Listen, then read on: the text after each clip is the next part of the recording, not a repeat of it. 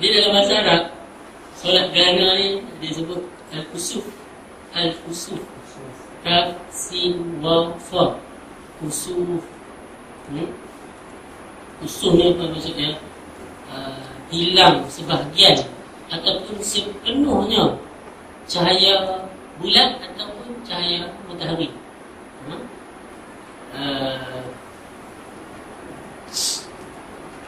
Tapi ada pandangan yang mengatakan khusuf tu yang kaf untuk matahari, dan khusuf tu untuk bulan. Jadi itu yang lebih masyhur lah. Kalau gerhana matahari disebut khusuf, gerhana bulan disebut khusuf. Okey. Hukum solat gerhana matahari. Solat gerhana matahari dulu. Nanti kita bincangkan tentang solat gerhana bulan.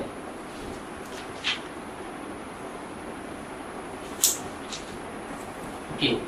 Jumhur ulama mengatakan solat gerhana matahari sunat muakkad. Sunat muakkad.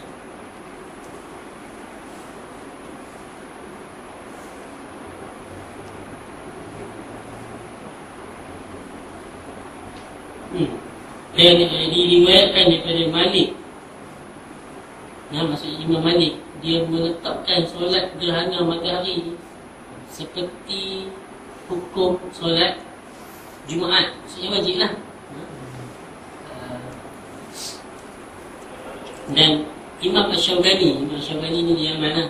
Dia sependapat dengan Imam Malik, dan begitu juga Siddiq Khan, bahawa solat gerhana matahari wajib. Wajib.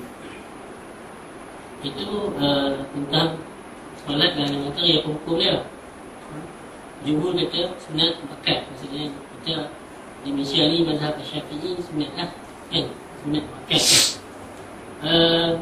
Berbeza pandangan tentang, berbeza pula dengan apa solat gerhana bulan. Macam malam ni solat gerhana bulan. Solat gerhana bulan, pandangan pertama dia sunat muakkad juga. Sunat muakkad juga. Itu pandangan Syafi'i dan Ahmad dan Daud dan Ibn Hazim. Berdasarkan hadis daripada Ibn Abbas. Hadis daripada Ibn Abbas yang diriwayatkan daripada Imam Al-Bukhari dan Imam Muslim, yang muttafaqun alaih, bahawa Nabi SAW baca inna syamsa wal qamara ayatan min ayatillah. Sesungguhnya matahari dan bulan adalah dua di antara tanda-tanda kebesaran Allah. La yankasifan li mauti ahadin wala li hayatih. Dia tidaklah menjadi gerhana kerana kematian seseorang atau kerana seseorang itu hidup. Sebab Nabi kata macam ni, pada waktu itu anak Rasulullah SAW itu Ibrahim, daripada isteri, bukan isteri hamba, itu Maria. Rasulullah meninggal. Bila Ibrahim meninggal, berlaku gerhana kebetulan. Dia orang menganggap, rupanya anak Rasulullah meninggal.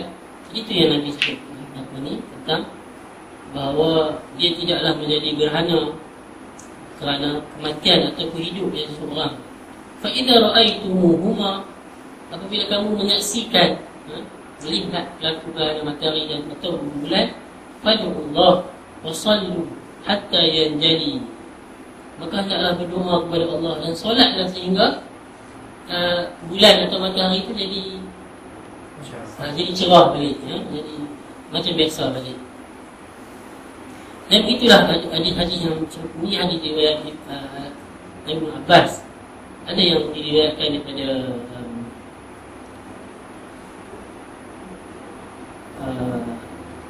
Aisyah, Ibn Umar, Al-Mughirah, Abi Bakrah, banyak ni. Dan ada juga hadis yang menunjukkan yang lain, tapi hadis tu sanadnya lemah. Tapi yang tadi pun dah cukup lah, yang Bukhari dan Muslim. Okay, pandangan kedua tadi, pandangan pertama apa? Sunat makan kan? Gerhana bulan.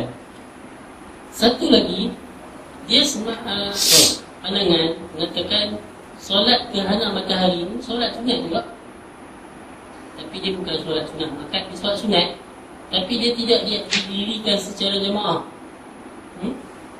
Dia tidak didirikan secara jemaah. Kalau solat gerhana yang pandangan pertama tadi, dia solat sunat muakkad yang didirikan secara jemaah, seperti mana solat gerhana matahari lah. Pandangan yang pertama. Pandangan kedua, dia sunat tapi didirikan seorang-seorang secara individu. Dan solat 2 rakaat macam biasa, tak tambah rukuk. Ini pandangan ataupun mazhab Abu Hanifah dan Malik. Pandangan mereka didasarkan sebab payah untuk mengumpulkan orang waktu malam di masjid. Pandangan ni agak relevan zaman itu. Sebab malam-malam kadang-kadang gerhana bulan ni berlaku pukul 1 pagi ke, pukul 2 pagi ke, pukul 3 pagi kan. Dan nak kata zaman itu saja relevan pun tak, zaman lah pun juga kan. Sebab pukul 1 pagi muazzin umumkan mikrofon As-salatu jami'ah, As-salatu jami'ah kan, barulah kan. Jadi tak didirikan jemaah lah malam-malam. Itu pandangan Abu Hanifah dan Malik. Dan pandangan mereka juga kerana tak diriwayatkan daripada Nabi mengatakan bahawa solat gerhana bulan dilaksanakan secara jemaah seperti mana gerhana matahari. Cuma hadis Ibnu Abbas tadi, hadis yang Bukhari Muslim tadi, Nabi cuma sebut solat, maka doa dan solat lah. Jadi tak kata jemaah apa seorang-seorang. Tapi solat gerhana bulan matahari memang Nabi buat dengan sahabat-sahabat secara jemaah.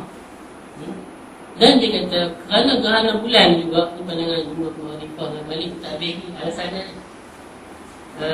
Kerana gerhana matahari ni jarang-jarang berlaku, gerhana bulan ni selalu berlaku. Jadi tak ada lah. Tapi ramai ulama dan contemporary pun lebih cenderung pada pandangan yang awal, iaitu solat gerhana bulan juga dilaksanakan seperti mana solat gerhana matahari. Waktu dia bila? Waktu dia boleh start bila dimula gerhana macam hari ni, dia mula pukul 7.30. Dan tak paralah dia habis. Dia habis nak pergi 1.30 panjang juga.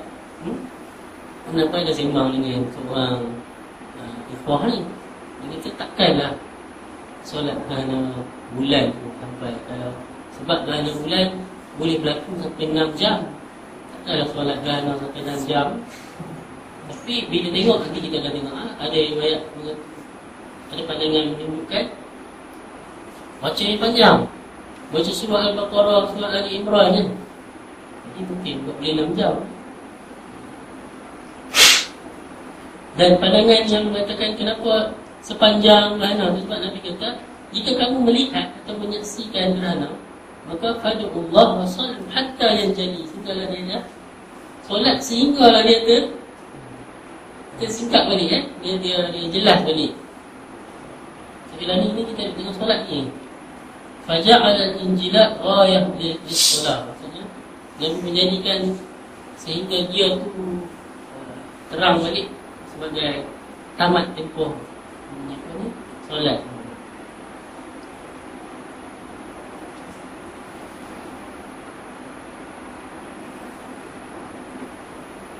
Jadi maksudnya bila dah habis dah, atau pukul 2 lagi dah habis dah kan gerhana, jadi habis dah waktu dia.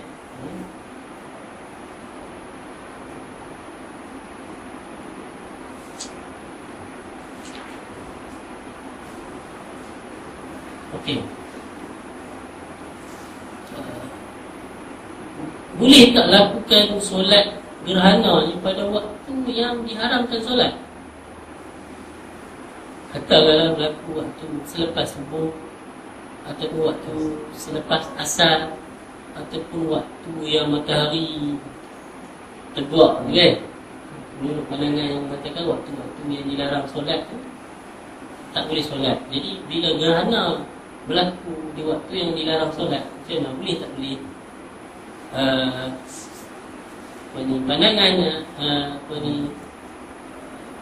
Imam Syafi'i yang banyak yang orang kata apa, yang ambil, yang menunjukkan bahawa walaupun waktu yang dilarang solat tapi boleh solat gerhana sebab dia ada sebab. Dan berdasarkan hadis Nabi, Nabi kata bila berlaku kamu solat.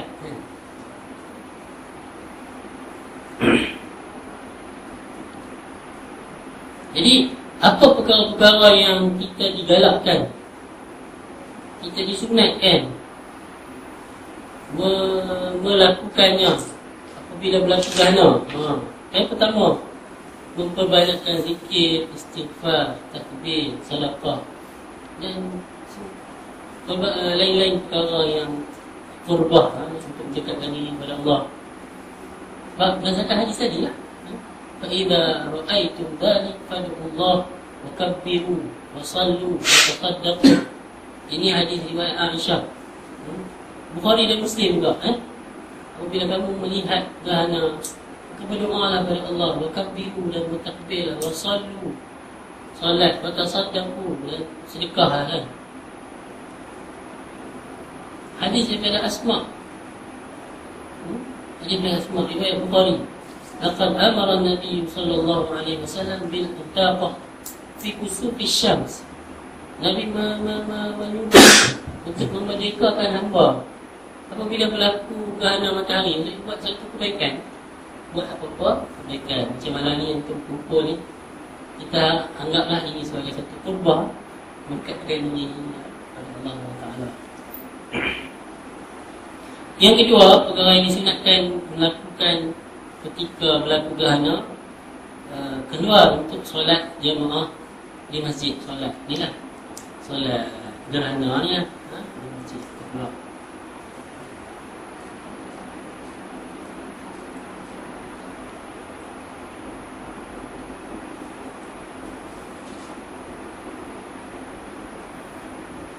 Okey.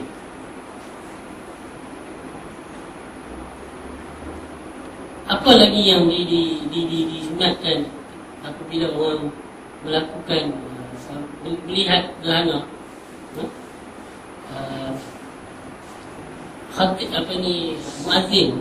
muazzin menyeru, memanggil orang untuk solat gerhana dengan menyebut as-salatu jami'ah, as-salatu jami'ah. Sekali-sekali disebut solat kusuf ke solat kusuf. Itulah tanpa dia azan atau iqamah. Tanpa azan atau iqamah. Kalau masa dulu kan memang muazzin tu memang dia sebut solat jami'ah, solat kusuf.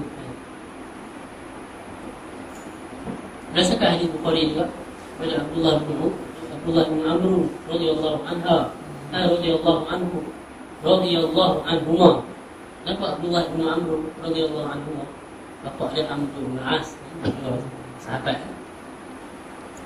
Lama kasafat syams ala ahdi Rasulullah sallallahu alaihi wasallam nudiya inna salata jami'ah. Apabila berlaku gerhana matahari pada zaman Rasulullah SAW, diseru salat jami'ah tanpa azan yang iqamah. Yang disunatkan lagi apabila berlaku gerhana apa? Khutbah ba'da solat. Khutbah ba'da solat.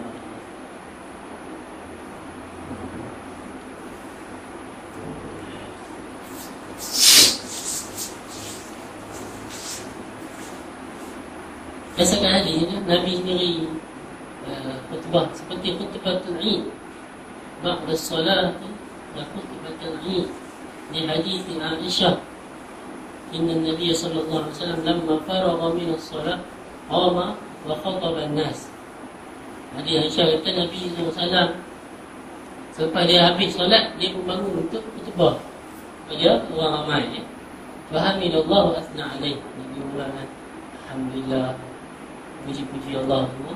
Thumma qala Nabi baca inna syamsa wal qamara ayatain. Hadis dia.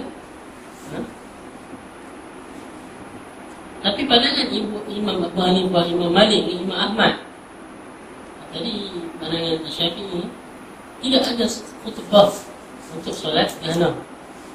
Tidak ada khutbah untuk solat gerhana. Maksudnya Syafi'i yang kata ada khutbah. Sebab bagi mereka yang Nabi bangun cakap selepas solat itu bukan khutbah. Yang Nabi bangun cakap itu macam nak menerangkan apa dia yang kena buat bila berlaku gerhana. Bukanlah maksud Nabi bangun tu bangun sebagai khutbah. Sebab Nabi biasalah, Nabi nak cakap apa-apa, Nabi biasa sebut nama Allah, puji-puji Allah dulu.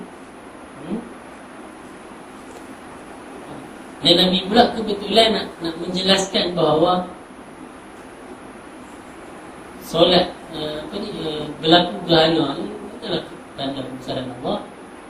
Yang kita perlu buat adalah memuji-muji Allah, membesar-besarkan Allah, banyak berdoa, banyak istighfar. Dan gerhana ni bukanlah berlaku kerana kematian anak dia.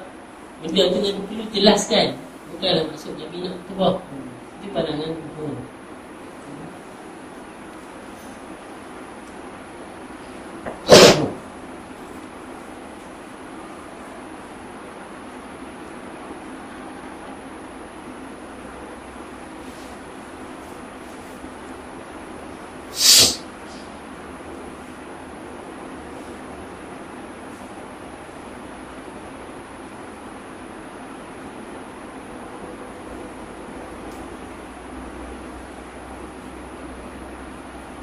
Tapi pandangan mana yang lebih kuat? Wallahu a'lam. Syekh-syekh atau guru-guru yang sebut bahawa selagi mana itu yang dilakukan oleh Nabi bangun bercakap selepas solat, jadi adalah lebih baik bila lepas solat kita bangun juga untuk khutbah. Ini kan ucapan nasihat untuk memberi sedikit kata apa, mau'izah, peringatan, sebab mengikutlah apa yang Nabi buat. Soalan ni pula berapa khutbah? Satu khutbah ke dua khutbah? Biasa kita tengok orang buat dua khutbah, macam khutbah Jumaat, dia satu khutbah ya. Itu apa yang pernah dilaksanakan yang belajar satu khutbah. Apakah kaifiat solat? Apakah kaifiat solat? Tak ada khilaf tentang solat ni 2 rakaat. Tapi macam mana cara dia yang ada perbezaan pandangan. Yang kita nak ringkaskan kepada 2 pandangan yang paling masyhur, yang paling popular. Pandangan pertama iaitu pandangan Malik, Syafi'i dan Ahmad, bahawa dia 2 rakaat dan setiap rakaat 2 kali rakaat. Dia ada 2 kali qiyam lah. Dia 2 kali qiyam dan 2 bacaan Fatihah surah.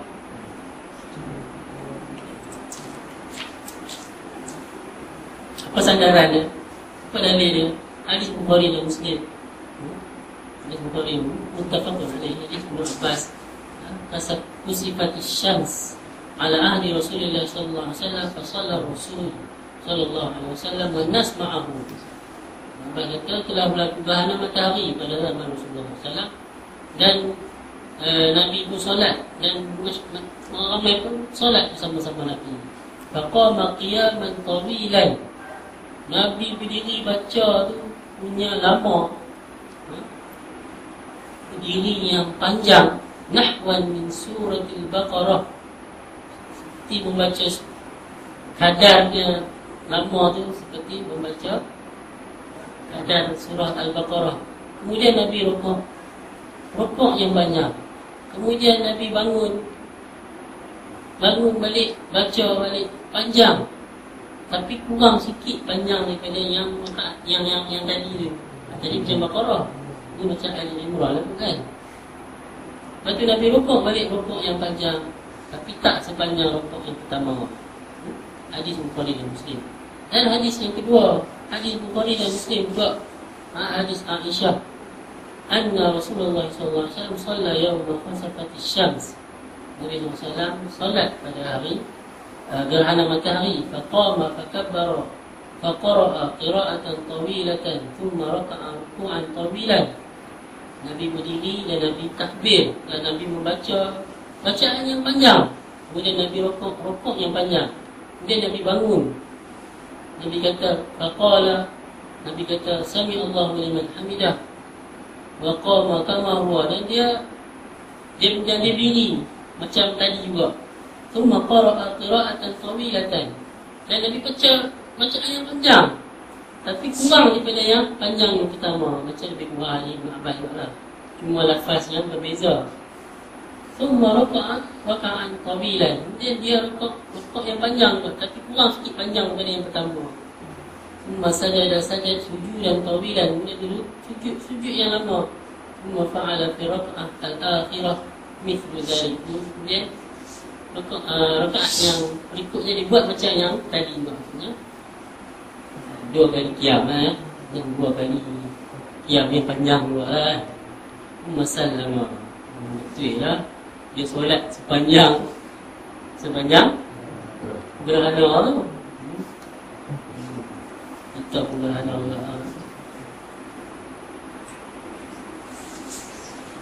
Ni hadis Muslim, hadis Jabir, riwayat Imam Muslim. Kusifati syams ala ahli Rasulullah sallallahu alaihi wasallam. Berlaku gerhana matahari pada zaman Rasulullah sallallahu alaihi wasallam fi yaumi syadidil har, pada hari yang terlalu panas. Kita taklah panas kan. Fa shalla bi ashabihi, Nabi solat dengan sahabat-sahabat dia. Fa aqala al-qiyam, panjang yang dirinya. Hatta ja'alu yufirrun, dia pun pakai macam nak tersinggung lah, macam nak jatuh lah. Summa raka'a fa'atala fil rukuk yang panjang, dah lah panas. Summa raka'a fa'atala, itu Nabi bangun dan Nabi lama. Summa raka'a fa'atala, summa sajada sajdatan, summa qama, cerita macam hadis tadi lah. Okay. Itu pandangan siapa? Pandangan jumhur. Itu Malik, Syafi'i dan Ahmad. Macam yang kita buat lah. Pandangan yang kita buat itu pandangan Abu Hanifah dan Ibn Hazim. Dia 2 rakaat macam biasa, macam solat sunat yang biasa, 2 rakaat macam biasa lah. Pada apa hadis dia, hadis Abi Bakrah yang diriwayatkan oleh Imam Al-Bukhari, fasifati syams ala ahli Rasulillah fa kharaja yajurru rijalahu hatta intaha ila al-masjid wa thaba an-nas ilayhi fa shalla bihim rak'atain. Hadis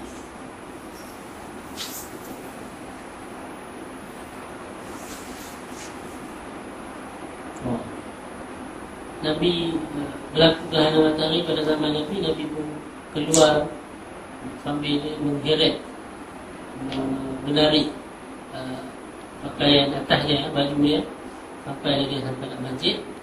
Orang ramai pun mengurumuni Nabi, dan Nabi pun solat bersama-sama mereka 2 rakaat.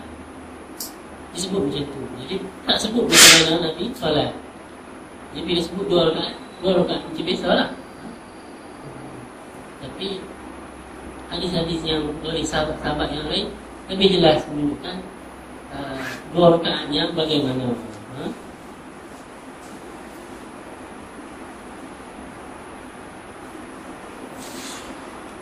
Ada juga pandangan diriwayatkan jelas oleh Imam Muslim. Dia ada masa first time belajar dulu kan, kejut juga dalam Sahih Muslim. Sahih Muslim ada yang sahabat beriakan Nabi solat setiap rukuk, setiap rakaat tu 3 rukuk. 2 rukuk ada, 3. Dan ada yang 4 rukuk. 4 rukuk, 8 rukuk lah, tapi 2 rakaat. Riwayat Imam Muslim ni. Tapi Ibnu Qayyim mengatakan kibarul a'imah, imam-imam yang besar tidak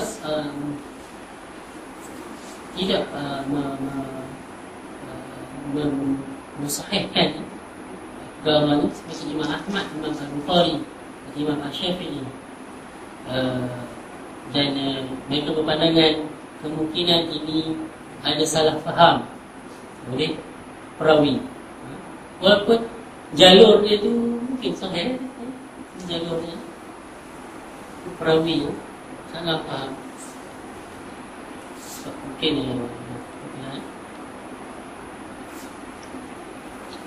tapi pandangan yang kuat adalah pandangan Jumhur adalah berdasarkan hadis-hadis yang kuat tadi, menunjukkan bahawa setiap rakaat itu dua rakaat.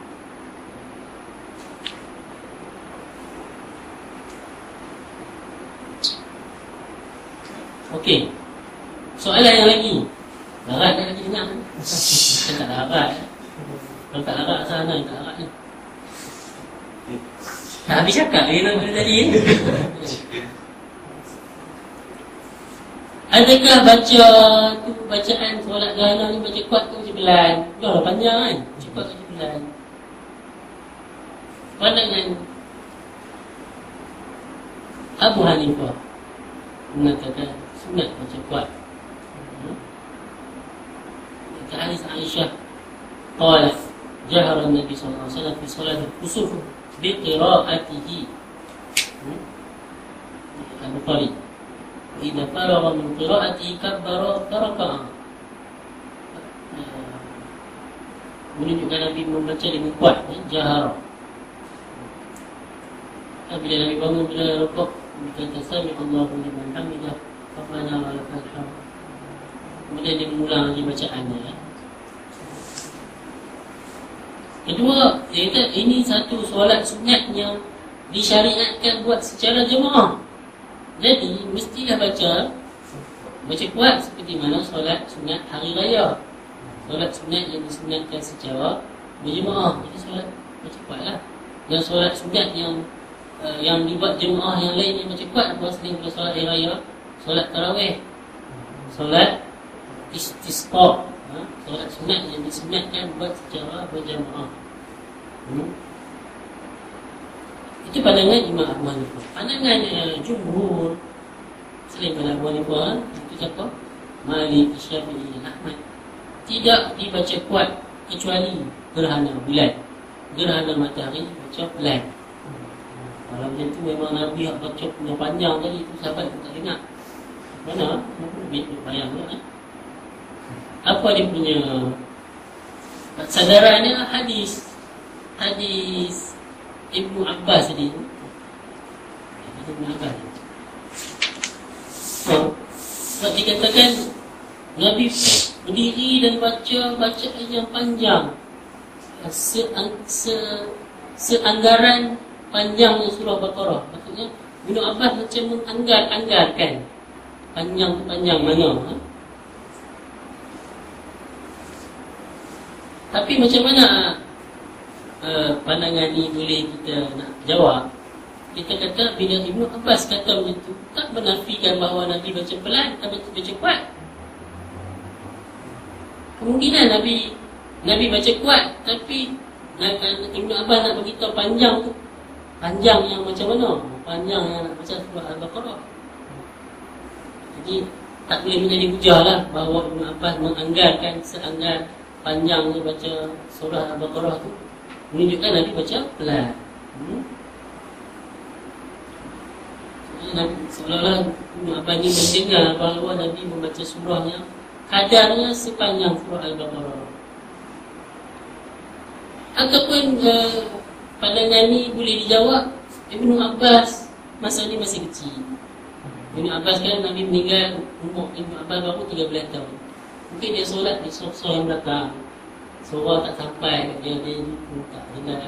Dia baca panjang, tapi panjang tu macam surah Al-Baqarah. Itu macam mana nak menjawab pandangan Jumhur lah.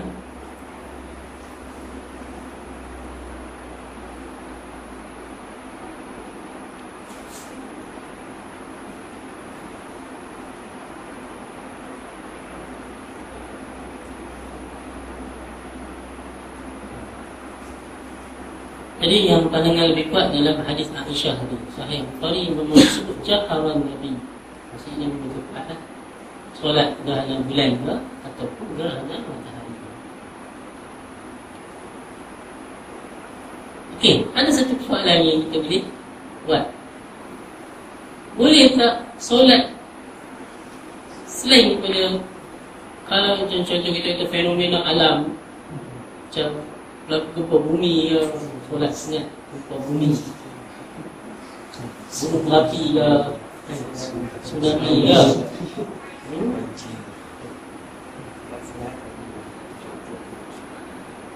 pada permasalahan ni ulama ada 4 pandangan. 4 pandangan. Macam lawak kan tadi soalan tadi kan. Tapi ada 4 pandangan.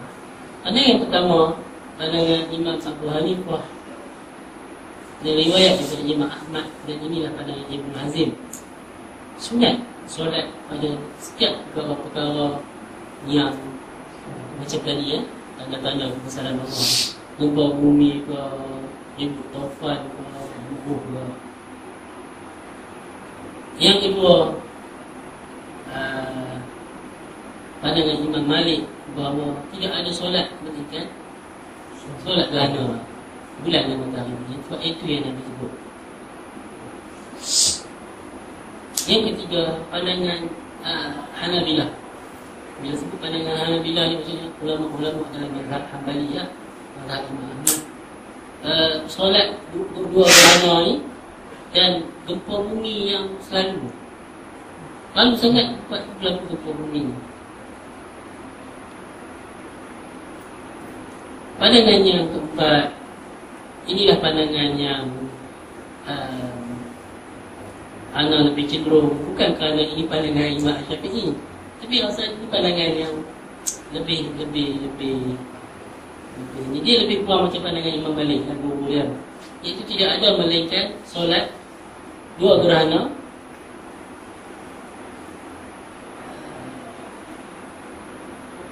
adapun pada perkara-perkara lain yang berlaku tadi itu bukanlah kumpul orang buat jemaah macam dua gerhana ni, memang solat yang dikumpulkan orang di masjid buat solat jemaah.